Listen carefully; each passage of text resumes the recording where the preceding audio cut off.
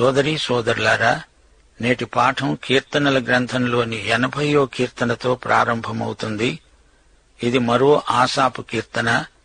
షోషన్నీం ఏదూత్ అనే రాగం మీద పాడదగిన కీర్తన. ఈ రాగం పేరు పద్మం, అనగా యేసుక్రీస్తే. ఆయనే షారోను రోజా, లోయలోని వల్లి పద్మము. దావీదు సింహాసనాసీనుడైన రాజు, ప్రజలకు కాపరి లాంటివాడు. ఇశ్రాయేలుకు కాపరి, చెవియొగ్గు. మందవలె యోసేపును నడిపించేవాడా, కెరూబుల మీద ఆసీనుడవైనవాడా, ప్రకాశించు. ఈ మాటలలో ప్రవచనం ధ్వనిస్తున్నది. మంచి కాపరి, గొప్ప కాపరి, ప్రధాన కాపరి యేసే. యెహోషువ సైన్యాన్ని నడిపించాడు. అయితే యెహోషువను యెహోవా నడిపించాడు. ఆయనే సైన్యములకు అధిపతి అయిన యెహోవా. ఎఫ్రాయిము, బెన్యామీను, మనష్షే అనేవారి ఎదుట నీ పరాక్రమమును మేల్కొలిపి మమ్ములను రక్షించడానికి రా. ఈ 3 గోత్రాలు ఎంతో ముఖ్యమైనవి. ఎఫ్రాయిము, బెన్యామీను, మనష్షే. ఈ గోత్రత్రయం మందసం వెనుకనే ఉన్నాయి. సాగిపోయేటప్పుడు వారు అదే స్థానంలో ఉంటారు. మందసం అనగా దేవుని సన్నిధి. అదే వారిని యాత్రలో నడిపించింది. దేవా, చెరలో నుండి మమ్మును రప్పించు. మేము రక్షణ నొందేటట్లు నీ ముఖకాంతి ప్రకాశింపచెయ్యి.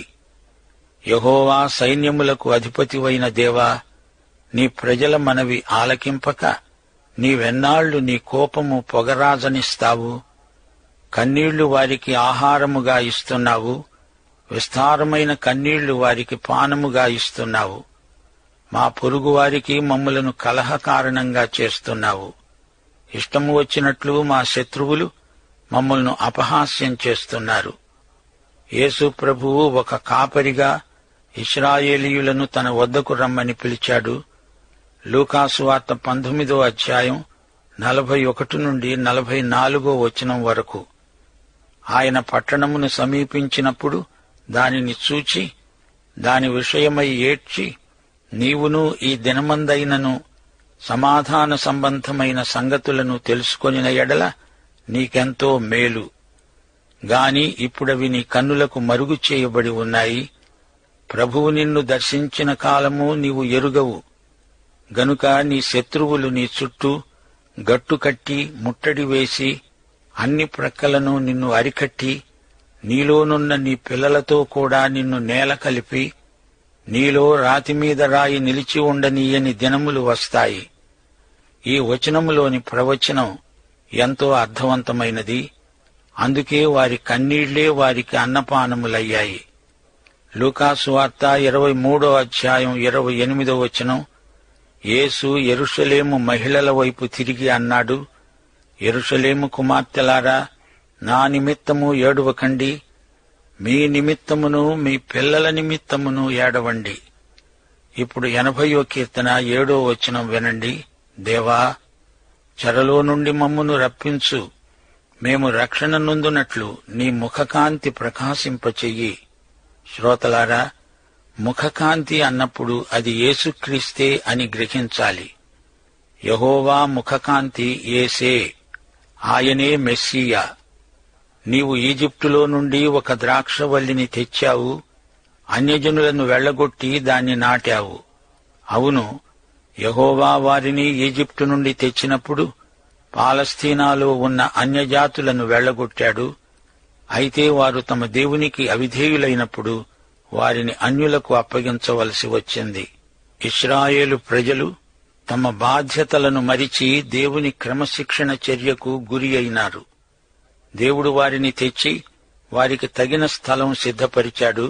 దాని వేరు లోతుగా పారి అది దేశమంతటా వ్యాపించింది. వాగ్దత్త భూమిలో విస్తరించింది. దాని నీడ కొండలను కప్పింది. దాని తీగలు దేవుని దేవదారు వృక్షాలను ఆవరించాయి. సముద్రము వరకు వ్యాపించాయి. యూఫ్రటీసు నది వరకు దాని రెమ్మలు వ్యాపించాయి. దేవుడు ఆ ద్రాక్షవల్లి చుట్టూ కంచె వేశాడు. 600 సంవత్సరాలు వారు నిశ్చింతగా బ్రతికారు. దేవుడు వారిని కాచి కాపాడాడు. ఈజిప్టే కాదు, సిరియా, హిత్తీయ జాతులు దండెత్తి వచ్చినా ఇశ్రాయేలును వారు పూర్తిగా నిర్మూలం చేయలేకపోయారు.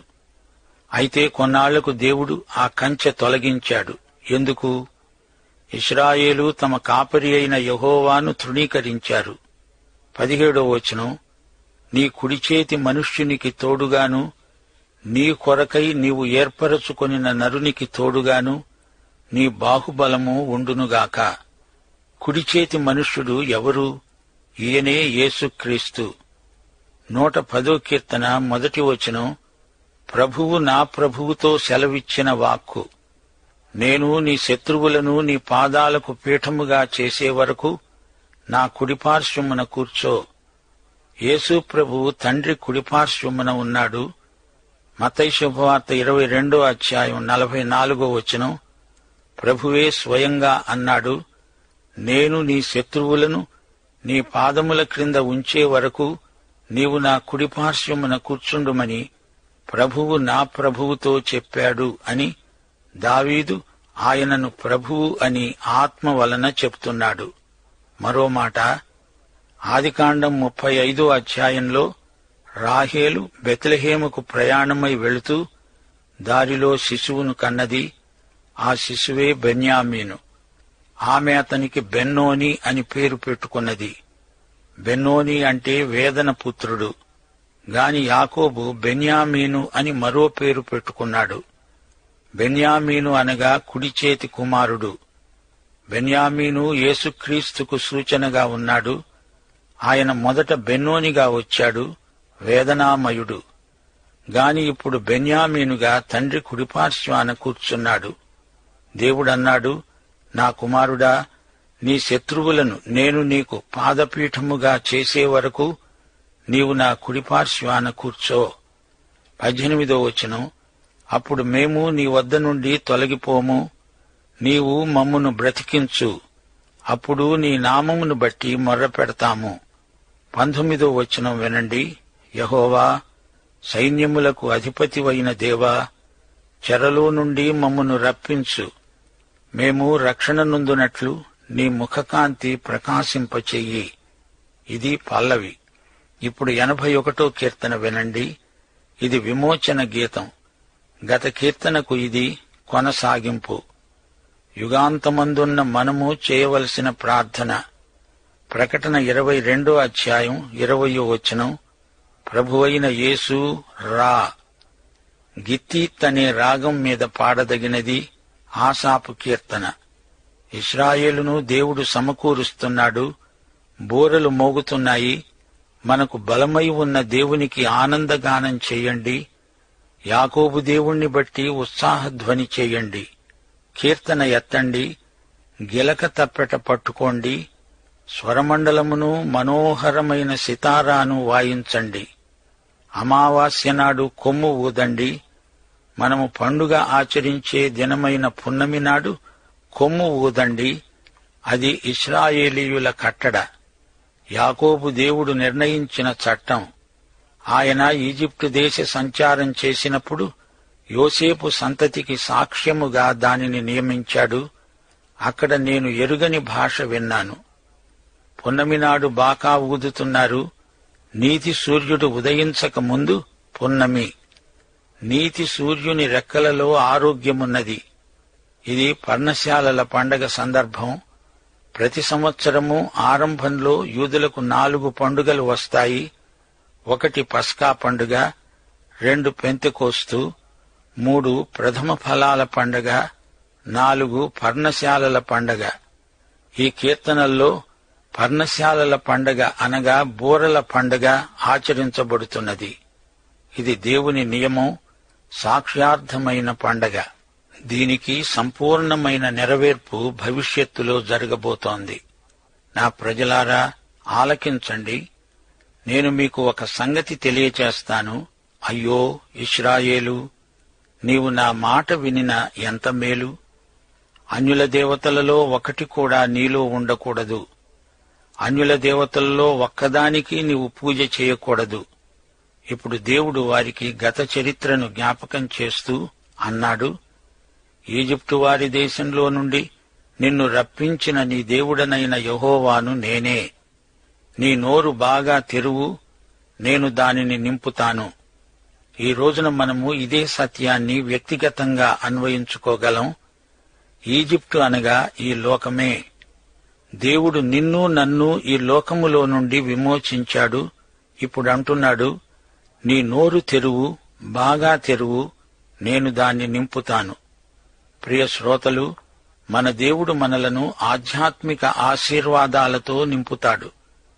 ఈ అనుభవం మనకు ఎన్నోసార్లు కలిగింది. అయితే 11వ వచనంలో దేవుడంటున్నాడు, నా ప్రజలు నా మాటలు ఆలకించలేదు, ఇశ్రాయేలీయులు నా మాట వినలేదు, వారు దేవుని వైపు తిరగలేదు. అందుచేత దేవుని ఆశీర్వాదాలు వెనుకబట్టిపోయాయి. దేవునికి అవిధేయులైన ప్రజలకు అగచాట్లు తప్పవు. వారి హృదయ కాఠిన్యానికి దేవుడు వారిని శిక్షించాడు. ఇశ్రాయేలు దేవుని మార్గాలను అనుసరిస్తే వారికి జయం, శాశ్వత కాలం వారు ఏలుతారు. అతి శ్రేష్టమైన గోధుమలను అనుగ్రహించి దేవుడు వారిని పోషిస్తాడు, కొండతేనెతో వారిని తృప్తిపరుస్తాడు. ఇప్పుడు 82వ కీర్తన వినండి. దేవుని రాజ్యము రాకముందు దేవుడు ఎలాంటి తీర్పు తీర్చబోతున్నాడో ఈ కీర్తనల్లో వర్ణించబడింది. దేవుడే తీర్పరి. లోకములోని జాతులన్నిటికీ ఆయన తీర్పు తీరుస్తాడు. ఇది మరొక ప్రవచన కీర్తన. ఇశ్రాయేలు భవిష్యత్తును సూచించే కీర్తన. మహాశ్రమల కాలంలో ఆయన రాజ్యం స్థాపించబడకముందు తన ప్రజలైన ఇశ్రాయేలు శేషిత జనాంగాన్ని ఆయన కాపాడతాడు. 82వ కీర్తన. దేవుని సమాజములో ఆయన నిలిచి ఉన్నాడు. దైవముల మధ్యన ఆయన తీర్పు తీరుస్తున్నాడు. ఎంతకాలము మీరు అన్యాయంగా తీర్పు తీరుస్తారు? ఎంతకాలము భక్తిహీనుల ఎడల పక్షపాతము చూపుతారు? సెలా. దైవములు అనే మాట ఇక్కడ పేర్కొనబడింది. దైవములు అంటే న్యాయాధిపతులు అని అర్థం.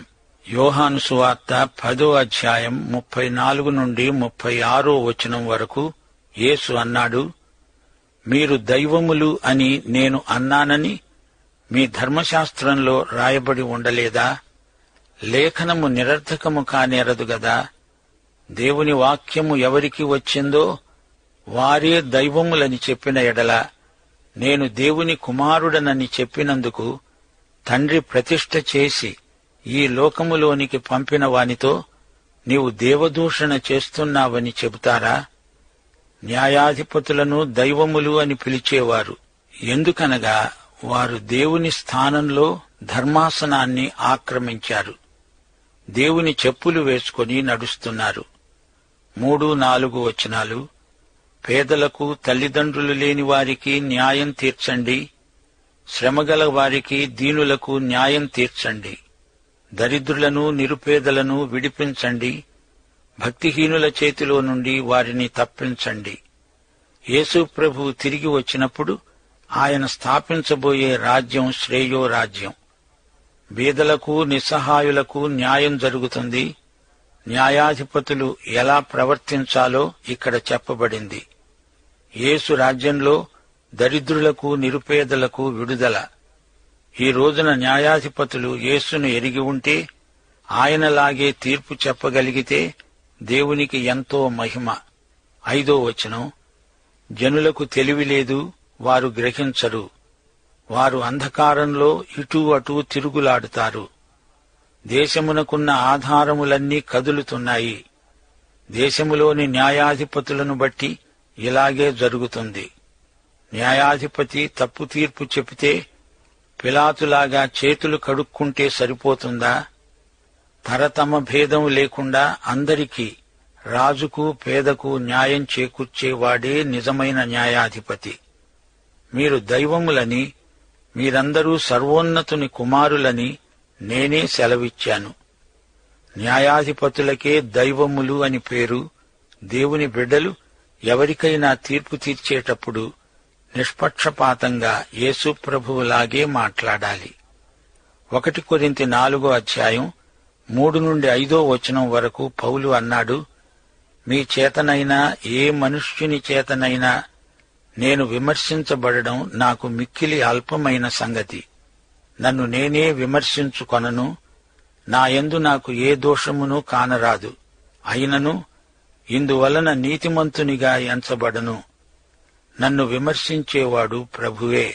కాబట్టి సమయము రాకమునుపు, అనగా ప్రభువు వచ్చే వరకు దేనిని గూర్చి తీర్పు తీర్చకండి. ఆయన అంధకారమందలి రహస్యాలను వెలుగులోకి తెచ్చి హృదయములోని ఆలోచనలను బయలుపరచునప్పుడు ప్రతివానికిని తగిన మెప్పు దేవుని వల్లనే కలుగుతుంది. న్యాయాధిపతులు భక్తిగలవారై ఉన్నప్పుడే ప్రజలకు న్యాయం చేకూరుతుంది. న్యాయవాదులు, న్యాయాధిపతులు దేవుని యందు భక్తిగలవారై ప్రభువులాగే నిష్పాక్షికమైన తీర్పు చెప్పగలవారై ఉండాలి. కొలసీ పత్రిక 3వ అధ్యాయం 20వ వచనం, పిల్లలారా, అన్ని విషయాలలో మీ తల్లిదండ్రుల మాట వినండి, ఇది ప్రభువును బట్టి మెచ్చుకోదగినది. తండ్రులారా, మీ పిల్లల మనస్సు కృంగకుండునట్లు వారికి కోపం పుట్టించవద్దు. తల్లిదండ్రులు దేవుని స్థానంలో ఉన్నారు. వారు తమ పిల్లలను పక్షపాతం లేకుండా చూసుకోవాలి. సామెతలు 1వ అధ్యాయం 8వ వచనం, నా కుమారుడా, నీ తండ్రి ఉపదేశమును ఆలకించు, నీ తల్లి చెప్పే బోధను తోసివేయకు. కీర్తనలు 82 వచనం 7. ఇతర మనుష్యులు చనిపోయినట్లు మీరు చనిపోతారు, అధికారులలో ఒకడు కూలునట్లు మీరు కూలుతారు. న్యాయాధిపతులకు యేసే న్యాయాధిపతి. దేవా, లే, భూమికి తీర్పు తీర్చు. అన్యజనులందరూ నీకే స్వాస్థ్యంగా ఉంటారు. ఇది ఇశ్రాయేలు జాతిపరంగా చేయబడిన ప్రార్థన. అయితే ఈ రోజున యేసు ప్రభువు సమస్త జాతులకు, అందరికీ ప్రభువై ఉండాలని కోరుతున్నాడు. ఇప్పుడు 83వ కీర్తనలోకి రండి. ఇశ్రాయేలు శత్రువులు పూర్తిగా అపజయం పొందుతారు. 1 నుండి 8వ వచనం వరకు శత్రువులు అల్లరి చేస్తున్నారు, కపటోపాయాలు పన్నుతున్నారు, ఇశ్రాయేలును సంహరించాలని చూస్తున్నారు. శత్రువులందరూ ఏకీభవించి దేవునికి విరోధంగా నిబంధన చేస్తున్నారు. ఆ విరోధులు ఎవరనగా ఎదోమీయులు, ఇష్మాయేలీయులు, మోయాబీయులు, అగ్రిహీయులు, గెబలువారు, అమ్మోనీయులు, అమాలేకీయులు, ఫిలిష్తీయులు, తూరు నివాసులు, అష్షూరు దేశస్థులు, లోతు వంశస్థులు. వీరందరూ ఒకటై ఇశ్రాయేలుకు విరోధంగా పోరాడుతున్నారు. అయితే దేవుడు వీరందరినీ పూర్తిగా హతం చేస్తాడు. 9 నుండి 18వ వచనం వరకు వారు సుడి తిరిగే ధూళిలాగా, గాలి ఎదుటి ఒగుడాకులాగా అవుతారు. అగ్ని అడవిని కాల్చినట్లు, కారు చిచ్చు కొండలను తగులబెట్టినట్లు దేవుని తుఫాను, సుడిగాలి వారికి భీతి పుట్టిస్తాయి. వారు దేవుని నామమును వెదకుతారు. వారికి పూర్ణావమానం కలుగుతుంది. వారు భ్రమసి నశిస్తారు. నీవే సర్వలోకములో మహోన్నతుడవని వారు ఎరుగుదురుగాక. ఈ కీర్తన ఆసాపు కీర్తనల్లో చివరిది. ఇశ్రాయేలు జాతికి శత్రువులు ఎందరో ఉన్నారు. ఈ కీర్తనలో పేర్కొనబడిన జాతులన్నీ మహాశ్రమల కాలంలో తిరిగి లేస్తాయి. వారి మీదికి దేవుని తీర్పు తప్పక వస్తుంది. న్యాయాధిపతుల గ్రంథంలో దేవుడు అన్యజాతులకు ఎలా తీర్పు తీర్చాడో నేర్చుకున్నాము. ఆ దేవుడే మరొకసారి సమస్త జాతులకు తీర్పు తీర్చబోతున్నాడు. దేవుని యొక్క కృప మనుష్యులను మారుమనస్సుకు నడిపిస్తుంది. కాని అలా జరగటం లేదు. అయితే దేవుడు సింహాసనం మీద ఉన్నాడు. ఆయన తిరిగి రాబోతున్నాడు. దేవుని బిడ్డలారా, మీరందరూ సిద్ధపడండి. ప్రియ శ్రోతలారా, ఈ గేయకారుడు ఆసాపు ఈ కీర్తనను రాస్తూ ఉండగా ఎంతో కలవరపడ్డాడు. దేవా, మౌనముగా ఉండవద్దు అంటున్నాడు. నీ ప్రజలకు సహాయం చెయ్యి. గతకాలంలో నీవు సహాయం చేశావు గదా. మిద్యానుకు, సీసెరాకు, యాబీనుకు ఏమి చేశావో అలాగే ఇప్పుడు కూడా శత్రువులకు శాస్తి చెయ్యి. ఎందోరులో ఏమి చేశావు? ఓరేబు, జేయేబు అనేవారికి అపజయం కలిగించావు. జబహు, సల్మున్నా అనేవారికి ఓటమి కలిగించావని చరిత్రను జ్ఞాపకం చేస్తూ శత్రు సంహారం చేయమని దేవుణ్ణి వేడుకుంటున్నాడు. ఇశ్రాయేలు క్షేమమే కాదు, దేవుని మహిమను కూడా ఆసాపు కోరుతున్నాడు. ఇశ్రాయేలు నామము కాదు, దేవుని నామము మహిమపరచబడాలి. ఈ కీర్తన చివర ఆసాపు ఇదే భావం వ్యక్తం చేస్తున్నాడు. దేవుడు మౌనంగా ఉన్నా ఆయన నామము ధరించిన వారు మాత్రమే గెలుస్తారు. యేసుక్రీస్తు మాత్రమే సర్వలోకములో మహోన్నతుడు. శత్రువులాగా ఆయన ఆర్భాటం చేయడు గాని ఆయన శత్రువు కంటే ఎక్కువ శక్తి గలవాడు. సర్వలోకంలో ఆయనకే మహిమ. గెలుపు యేసు ప్రభువుదే. ప్రియ శ్రోతలారా, చరిత్రలోని యేసు చరిత్రకు దేవుడు. ఆయన ఇప్పుడు మన అనుభవములోకి, వ్యక్తిగత జీవితంలోకి ప్రవేశించాడు. ఆయనకే మహిమ కలుగునుగాక. దైవాశీస్సులు. ఆమేన్.